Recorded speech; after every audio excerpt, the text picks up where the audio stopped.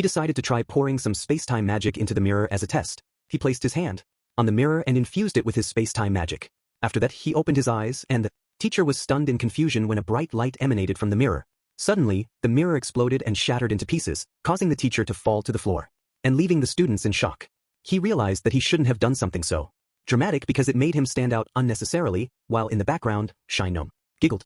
After school, as he exited the building, he heard students whispering, asking if he was the god of plague who had destroyed the measuring device.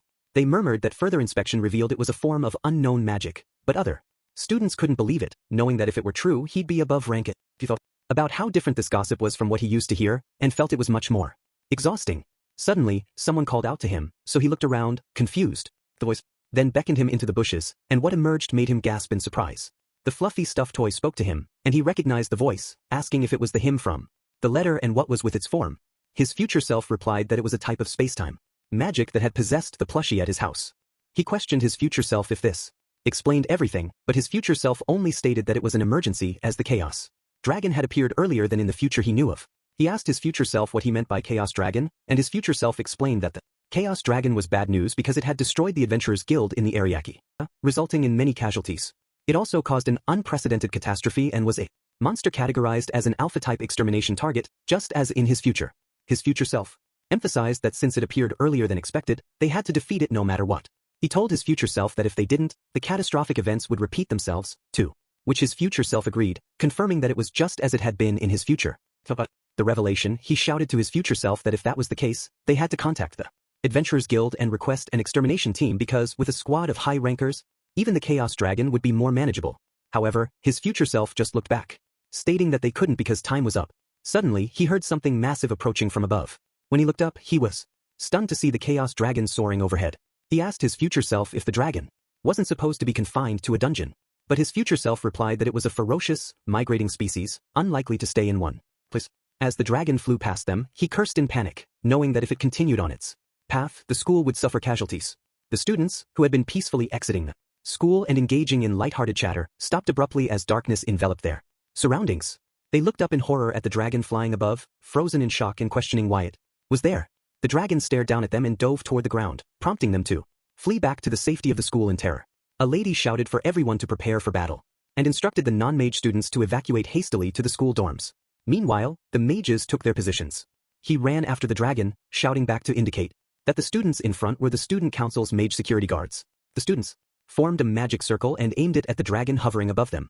They began attacking the dragon with their magical powers, and the lady in front raised her staff, commanding her team not to let the dragon near the school grounds. She then cast a massive magic circle above the dragon and unleashed an attack that resulted in an explosion. Her team proudly thought they had subdued it, and she smiled as they praised her, but her smile turned to shock when she heard the dragon growling in anger. To their dismay, they realized that their attacks had no effect. It was immune to anti-dragon magic bullets. The dragon then gathered power in its mouth and released a devastating blast toward the student council's mages. The attack hit them directly, giving them no time to escape and caused massive destruction on the ground. In an instant, the student council's mages' security guards were down. His future self commented that this was to be expected since they were only student mages. He shouted at his future self that now was not the time for such remarks, but his future self simply called his name and before he could look, threw something at his head. He asked his future self what he was doing, and the reply came that it was dragon incense, a scent that lures dragons. His future self explained that the dragon, being a ferocious migrating species with low intelligence, would now pursue only him.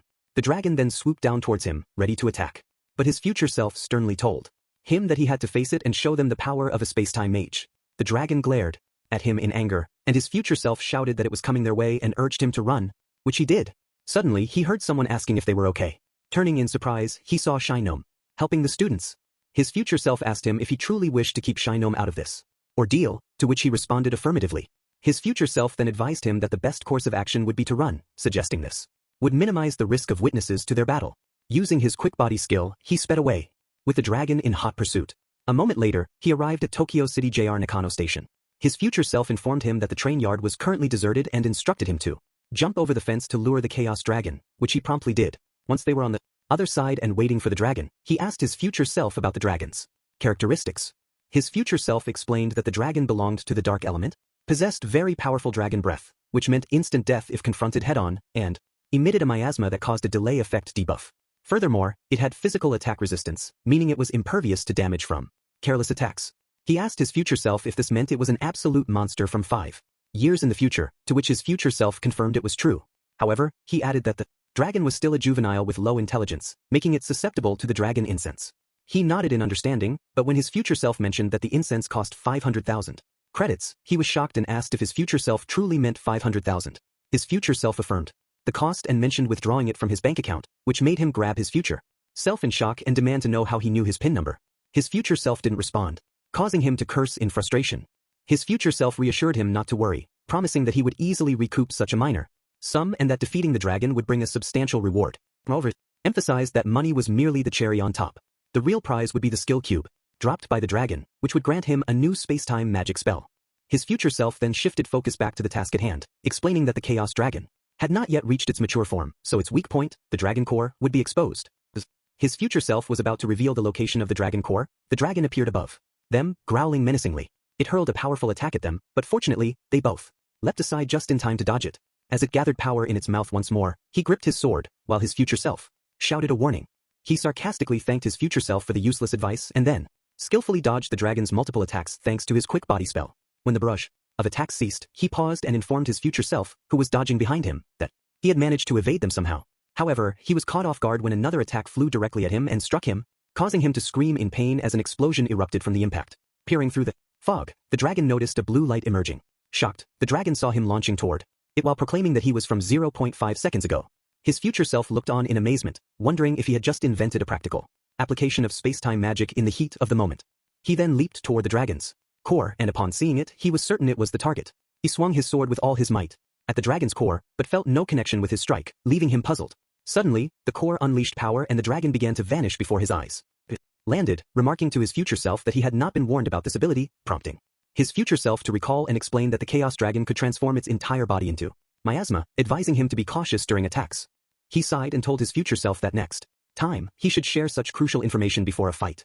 As his future self warned, the dragon could also materialize the miasma to create an army of small dragon-like figures, known as a legion. True to his future self's warning, the Chaos Dragon released these small figures around him, making him question if it was really just juvenile. He then guessed that it couldn't be dealt with by ordinary means. His future self told him that originally, this tough enemy wasn't supposed to appear for another 5 years. He asked his future self why such a monster was appearing now, and the reply came that it might be due to him altering the future, so he should take responsibility and defeat the dragon properly. He sighed in frustration and asked if his future self meant that everything was his fault. Suddenly, one of the small dragons tried to pin him down, but fortunately he used his quick body spell in time and jumped away. Another small dragon lunged at him, and he slashed it in half with his sword. He then saw that it disappeared, which made him feel relieved because he proved that these small dragons don't transform into miasma when he hits them.